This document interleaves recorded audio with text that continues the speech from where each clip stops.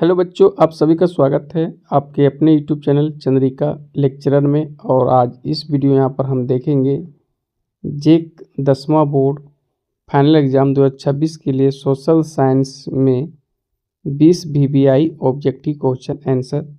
ठीक है, ये क्वेश्चन सभी जो हम दे रहे हैं यहाँ पर इम्पोर्टेंट, आप अच्छे से याद कर लीजिए, एग्जाम में ज़रूर मिलेगा। ठीक है, VBI MCQ पार्ट 49 हो गया मेरा ये यहाँ पर। ठीक है, कक्षा 10 सामाजिक विज्ञान 2026 बोर्ड। ओके, यहाँ पर 10 क्वेश्चन हम इतिहास से लिए हैं और 10 क्वेश्चन हम भूगोल से लिए हैं। टोटल 20 क्वेश्चन हो गया यहाँ पर। और इस तरह का क्वेश्चन जो है हम फाइनल एग्जाम तक देते रहेंगे ऑल सब्जेक्ट का। अगर पूरा वीडियो आप मेरा देख लेते हैं तो फाइनल एग्जाम में एक भी क्वेश्चन जो है आप ऑब्जेक्टिव नहीं छोड़ेंगे। ठीक है, सभी का उत्तर आप आसानी से दे दोगे। तो चलिए फटाफट देखते हैं 20 VBI ऑब्जेक्टिव क्वेश्चन आंसर। और एक तरह से आपका हम टेस्ट भी ले रहे हैं, तो बताइए आप पहले से 20 में आप कितना जानते हैं। ठीक है, पहले से।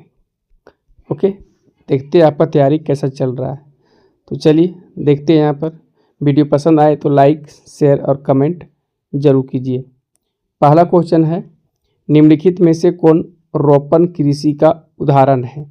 रोपण कृषि यहाँ पर देखना है तो जूट नहीं है, गेहूं नहीं है, चाय एक रोपण कृषि है। ठीक है, तिलहन यहाँ पर नहीं है। चाय हो गया, रबड़ हो गया, कहवा हो गया, ये सभी रोपण कृषि में आते हैं। ठीक है, ओके आगे नेक्स्ट, निम्नलिखित में से कौन भारत की प्रमुख रोपण फसल है। प्रमुख रोपण फसल, तो यहाँ पर चाय भी है, कॉफ़ी भी है, गन्ना भी है, केला भी है और रबड़ भी। इनमें से सभी रोपण फसल है। ठीक है, ओके। ये जो फसलें होते हैं रोपण फसल ना, व्यापार के लिए यहाँ पर एक खेती करते हैं लोग, किसान। ठीक है, व्यापार के लिए। ठीक है, पैसा ही पैसा, जैसे चाय, कॉफ़ी, गन्ना, केला, रबड़, इनमें से सभी रोपण फसल हो गया ये। आगे, कौन सा देश विश्व में फल एवं सब्जियों का सबसे बड़ा उत्पादक है। तो भारत है। फल और सब्जियों का सबसे बड़ा उत्पादक विश्व में भारत है। ठीक है, नेक्स्ट, इनमें से कौन सी रबी फसल है।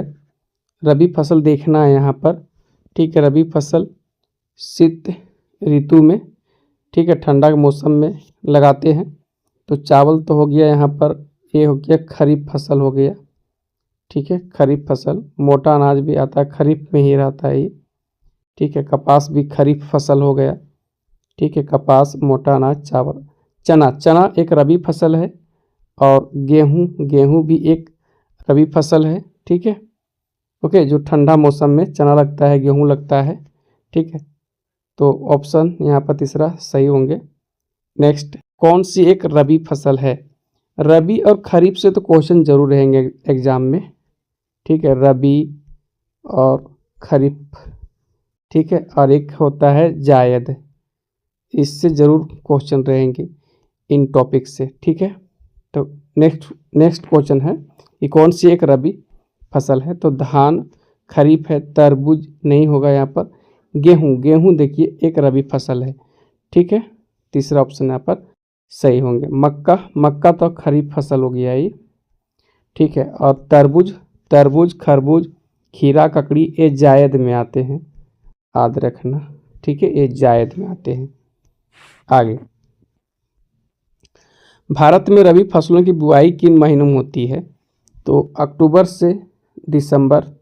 ठीक है, ये हो जाएगा जो ठंडा मौसम। ठीक है, ठंडा मौसम में ओके रबी फसल की बुआई। नेक्स्ट, भारत में खरीफ फसल की बुआई कब होती है। तो बारिश यानी मानसून आने पर। ठीक है, मानसून आने पर इसकी बुआई होती है। ठीक है, नेक्स्ट, इनमें से कौन खरीफ फसल है। तो यहाँ पर चावल हो गया, खरीफ फसल हो गया। ठीक है, आगे, इनमें से कौन खरीफ फसल नहीं है। तो चावल है, मक्का है, ज्वार खरीफ फसल है, लेकिन चना एक रबी फसल है। ठीक है, नेक्स्ट, इनमें से कौन सी एक फलीदार फसल देखना है यहाँ पर। तो दालें जो होते हैं सभी फलीदार फसल होते हैं। ठीक है, जितने भी दालें हैं, जैसे हो गया अरहर, मूंग, उड़द, ठीक है, ये सभी फलीदार फसल है।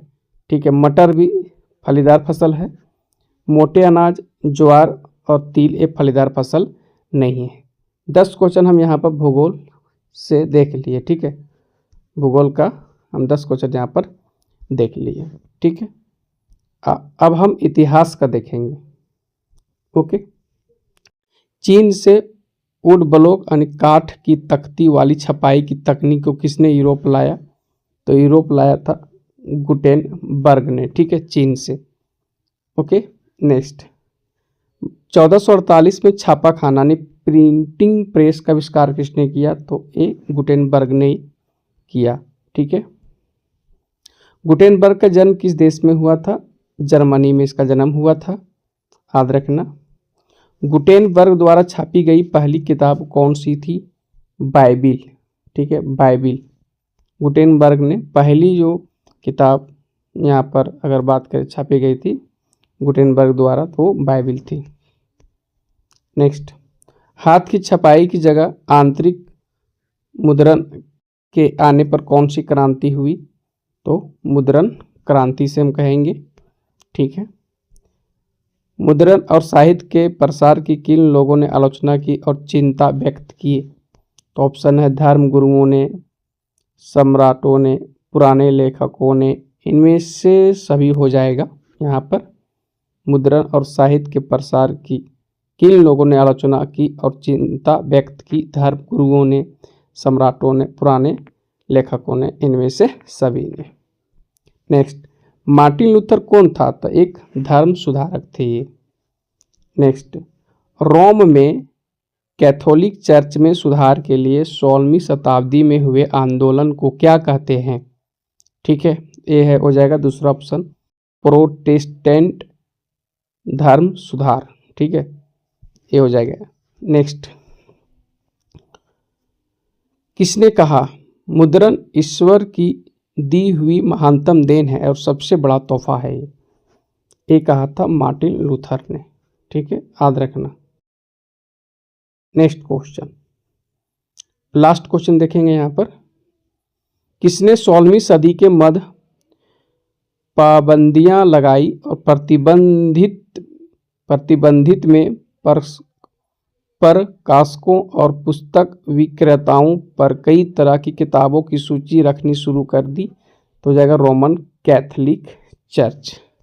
ठीक है, तो 20 क्वेश्चन यहाँ पर हम कंप्लीट कर लिए हैं। ठीक है, ये सभी क्वेश्चन इम्पोर्टेंट है।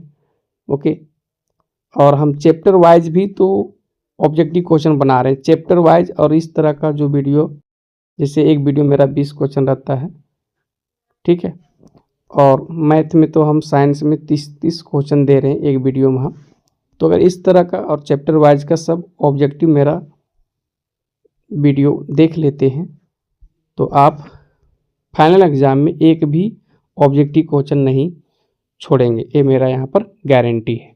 ठीक है, बस आप क्या कीजिएगा, सभी को अच्छे से याद कर लीजिएगा, एग्ज़ाम में ज़रूर मिलेगा। चलिए मिलते हैं नेक्स्ट वीडियो में। Okay, bye.